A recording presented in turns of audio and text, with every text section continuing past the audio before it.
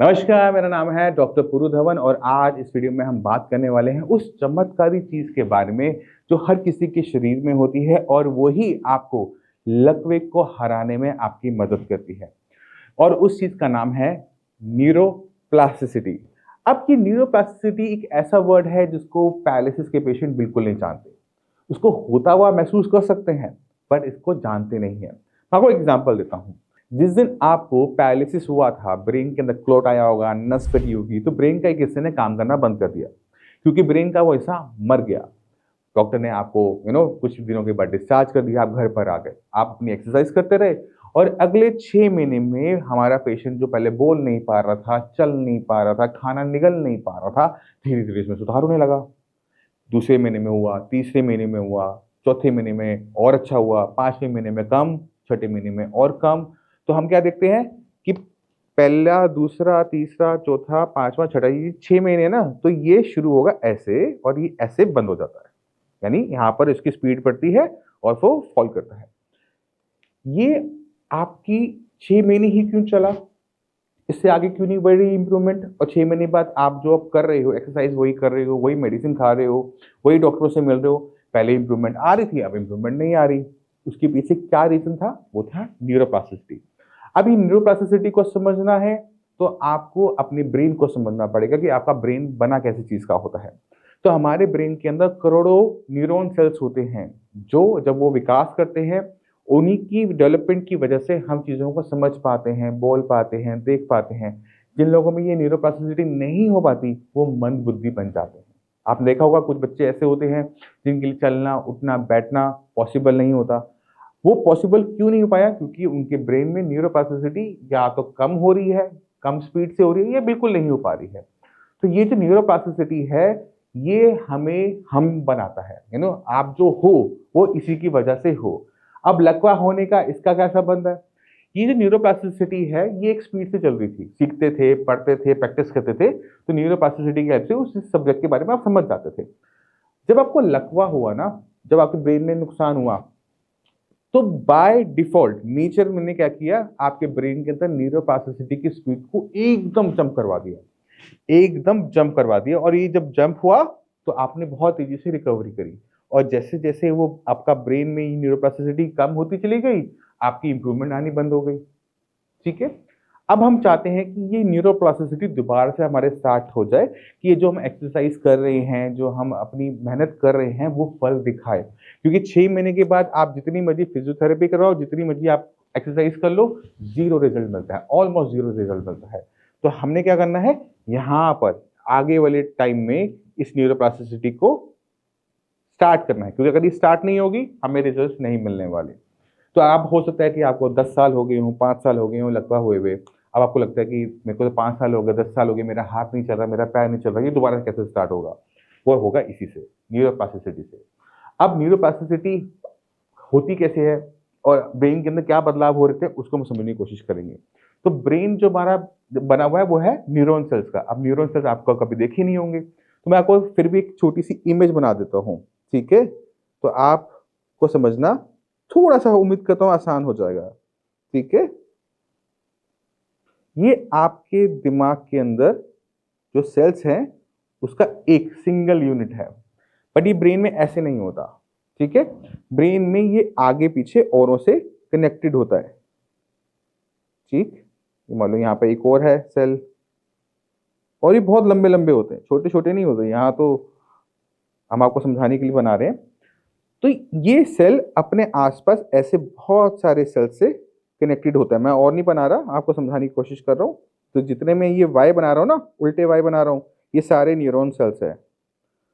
तो 1 2 3 4 5 6 7 8 सेल के साथ मैंने बनाया है इस बोर्ड पे, बट आपका सेल मान लो बीच में है, तो उसके चारों तरफ यूं 8 यूं 8 यूं 8, तो वही बहुत सारे सेल से आपस में ये कनेक्टेड होते हैं। अब एक सेल का कितने सेल के साथ कनेक्शन है वो देता है आपको काबिलियत चीजों को समझने में। कुछ लोग होते हैं फटाफट समझ जाते हैं, मैथ्स होती है फटाफट कैलकुलेशन कर लेते हैं, प्लस माइनस मल्टीप्लाई ऐसे झट से कर लेते हैं, है ना। कुछ लोग बिल्कुल नहीं कर पाते, मैथ्स में बिल्कुल डब्बा होते हैं। तो कौन इंटेलिजेंट होगा, कौन किसकी मैथ्स में पकड़ होगी, वो डिपेंड करता है कि कितने कनेक्शन हमारे बने हुए हैं। ठीक है, कुछ लोगों में क्या होता है, वो आर्ट्स में बहुत अच्छे होते हैं बट साइंस में बेकार होते हैं। उसके पीछे रीजन है कि दिमाग के कौन से हिस्से में कितना ये कनेक्शंस बने हुए हैं। अब जब नुकसान हुआ तो हुआ ये कि ब्रेन के कुछ हिस्से को नुकसान हो गया, मान लो कि ये हिस्सा मर गया। ठीक है, अब ये अगर ब्रेन के अंदर हिस्सा हमारा मर गया तो अब रिकवरी कैसे होगी, ये तो मर गया, ये तो सारी कनेक्शन तो हमारे सारे बेकार हो गए। नहीं, तो अब ब्रेन क्या करता है, न्यूरोप्लास्टिसिटी से इस सेल को इससे जोड़ देता है बट लंबे रूट से। कोई और सेल यहाँ बीच में होगा, उसको बोलेगा भाई यहाँ मुझे मैसेज नहीं जा रहा, इस वाले के पास नहीं जा रहा, ये 1 नंबर है, ये 2 नंबर है, इसके बीच में मैसेज नहीं जा रहा। ठीक है, तो अब क्या करे, ये तो 3 नंबर वाला तुम्हारा मर गया, वो चौथे को बोलेगा कि लंबे रूट से इस मैसेज को पास कर दो। ठीक है, तो ये जो हो गए अपने हाथ पैर, ये जो इसके हाथ पैर है ना, इनको लंबा करेगा, कनेक्शंस बनाएगा और न्यूरोप्लास्टिसिटी होगी और इंप्रूवमेंट हो जाएगी। पहले 6 महीने में बॉडी ऑटोमेटिक तरीके से इसको करती है, कोई मेडिसिन ना करो फिर भी आपकी ब्रेन के अंदर आपको इंप्रूवमेंट देखने को मिलेगी। इसलिए जो पहले 6 महीने होते हैं उन्हें गोल्डन पीरियड कहा जाता है रिकवरी का, बहुत अच्छी रिकवरी देखने को मिल रही होती है। बट 6 महीने बीतने के बाद ये रिकवरी देखने को बंद हो जाती है क्योंकि न्यूरोप्लास्टिसिटी ऑटोमेटिक तरीके से, नेचुरल तरीके से बंद होगी। हमने इसे स्टार्ट करना है।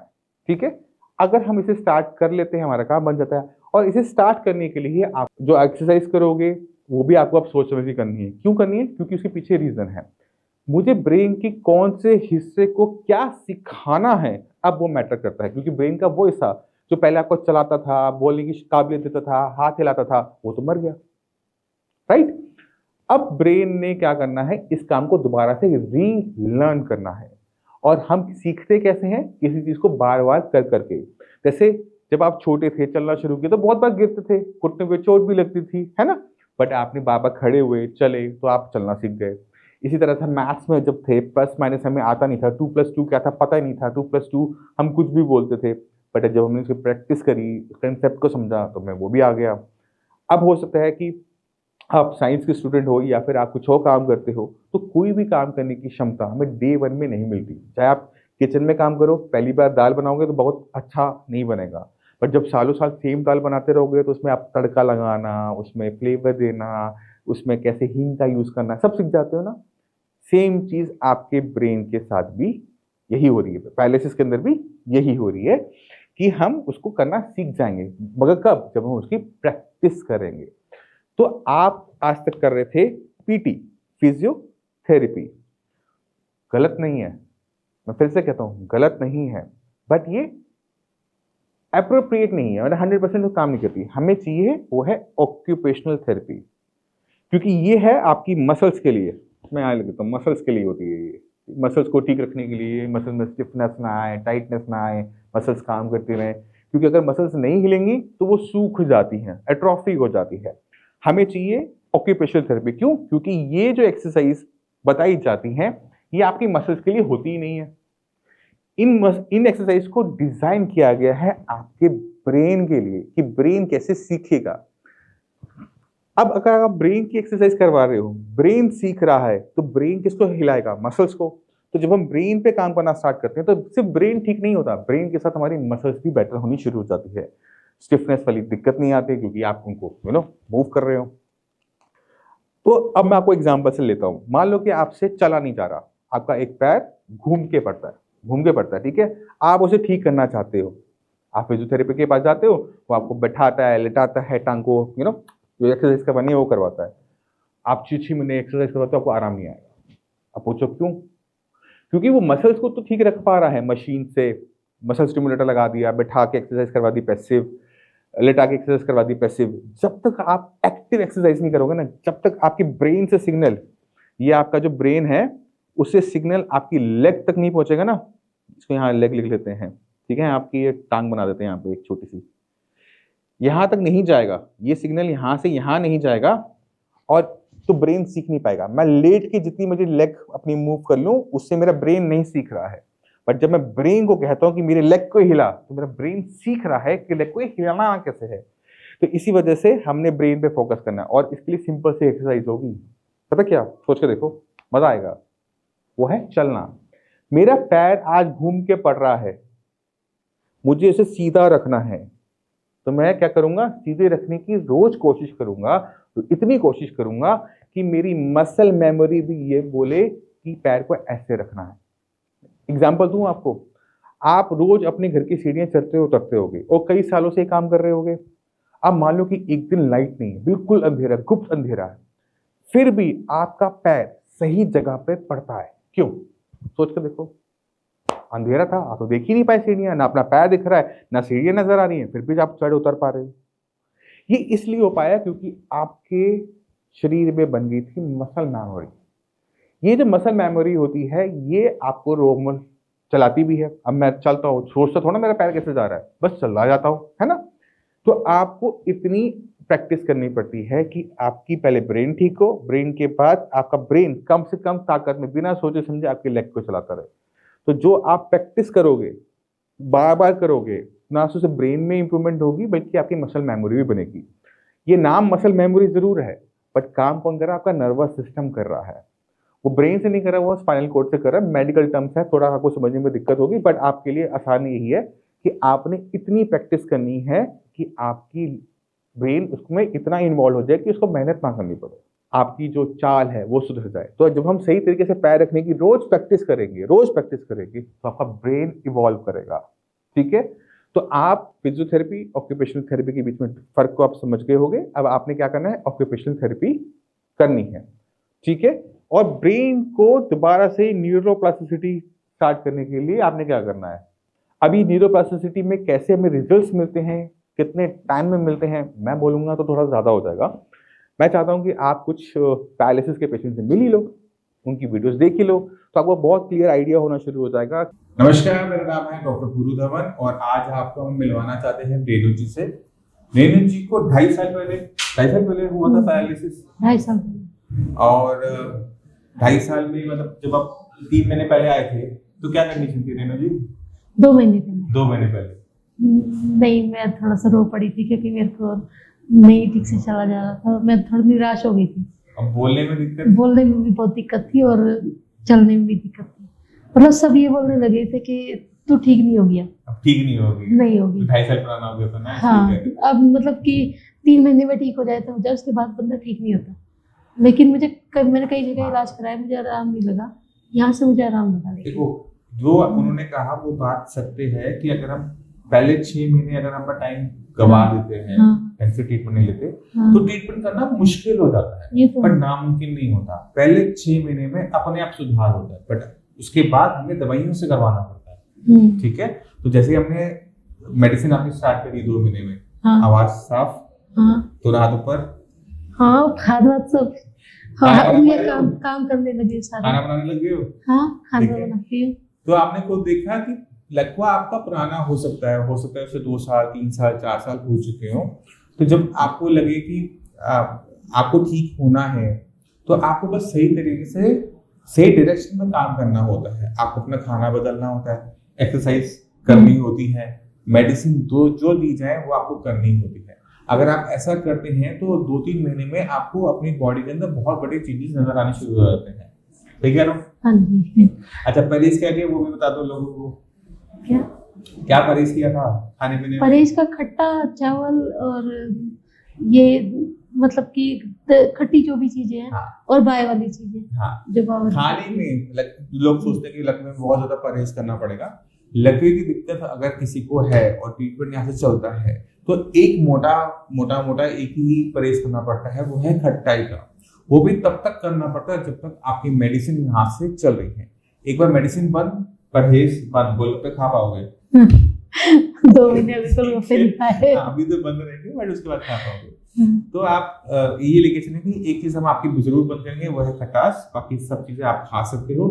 आप जो दालें वाले आपने बैगन बंद कर रखा था, अब आपको खा लो, कोई दिक्कत नहीं है। ठीक है? और कुछ कहना चाहोगे? नहीं, मेरे को अच्छा लगा। क्या कहना चाहोगे? यही कि संजीवनी वाकई में संजीवनी है। जो हनुमान जी लेके आए थे। नाम बदल गया हमारा, ऐसा इंस्टीट्यूट हो गया। नहीं, संजीवनी की तरह काम करते हैं। ठीक मैं है। निराश हो चुकी थी सर में, सच में बहुत आप है। मेहनत कर लेना अगले 2-4 महीने कस के, ठीक है। ठीक है। आप अपनी सेहत को आगे रखना और आगे भी कभी भी खट्टा, ये तला हुआ मीठा, इन चीजों से परहेज रखना। मीठा तो मैं खाना खाती जितना हो हूँ। सके ना अच्छा खाना ठीक। आगे, ठीक है। और टेंशन कम, अब टेंशन नहीं। आप टेंशन नहीं है ना? नहीं, ठीक। पहले अब तो मैं हंसने लगी हूँ। जिम में भी जाती हूँ तो सब बोलते हैं दीदी के चेहरे पे हंसी आ गई। अब वो आपने मुझे पहले वाली बात नहीं बताई कि दुनिया क्या कहती है, हम्म, बता दो। नहीं अब तो सब बोलने लगे, अब तो सुधार आ गया, ठीक हो जाएगी। तो न्यूरोप्लास्टिसिटी पर अगर आप फोकस करके काम करोगे तो आपको 100% रिजल्ट मिलेंगे ही मिलेंगे। किसी पेशेंट में कम होते हैं, किसी पेशेंट में ज़्यादा होते हैं, आई एग्री। बट पहले महीने में, पहले दूसरे महीने में रिजल्ट्स मिलते ही मिलते हैं, क्योंकि ब्रेन इवॉल्व करना स्टार्ट कर देता है। तो ब्रेन को बदलाव करना स्टार्ट करो, आपके हाथ पैर में ताकत ऑटोमेटिक तरीके से वापस आनी शुरू हो जाएगी। मैं उम्मीद करता हूँ इस वीडियो से न्यूरोप्लास्टिसिटी क्या है, ऑक्यूपेशनल थेरेपी और फिजियोथेरेपी में फ़र्क क्या है, कौन सी अच्छी रहती है पैरालिसिस पेशेंट के लिए, समझ गए होंगे। फिर भी डाउट है, कुछ भी पूछना चाहते हो, मोस्ट वेलकम है। मैं आके मिल भी सकते हो, डॉक्टर्स की पूरी टीम है, उनसे भी बात कर सकते हो। और इसी के साथ मैं आप सभी से चलने की आज्ञा चाहूँगा। मिलते हैं अगली वीडियो में, तब तक के लिए नमस्कार।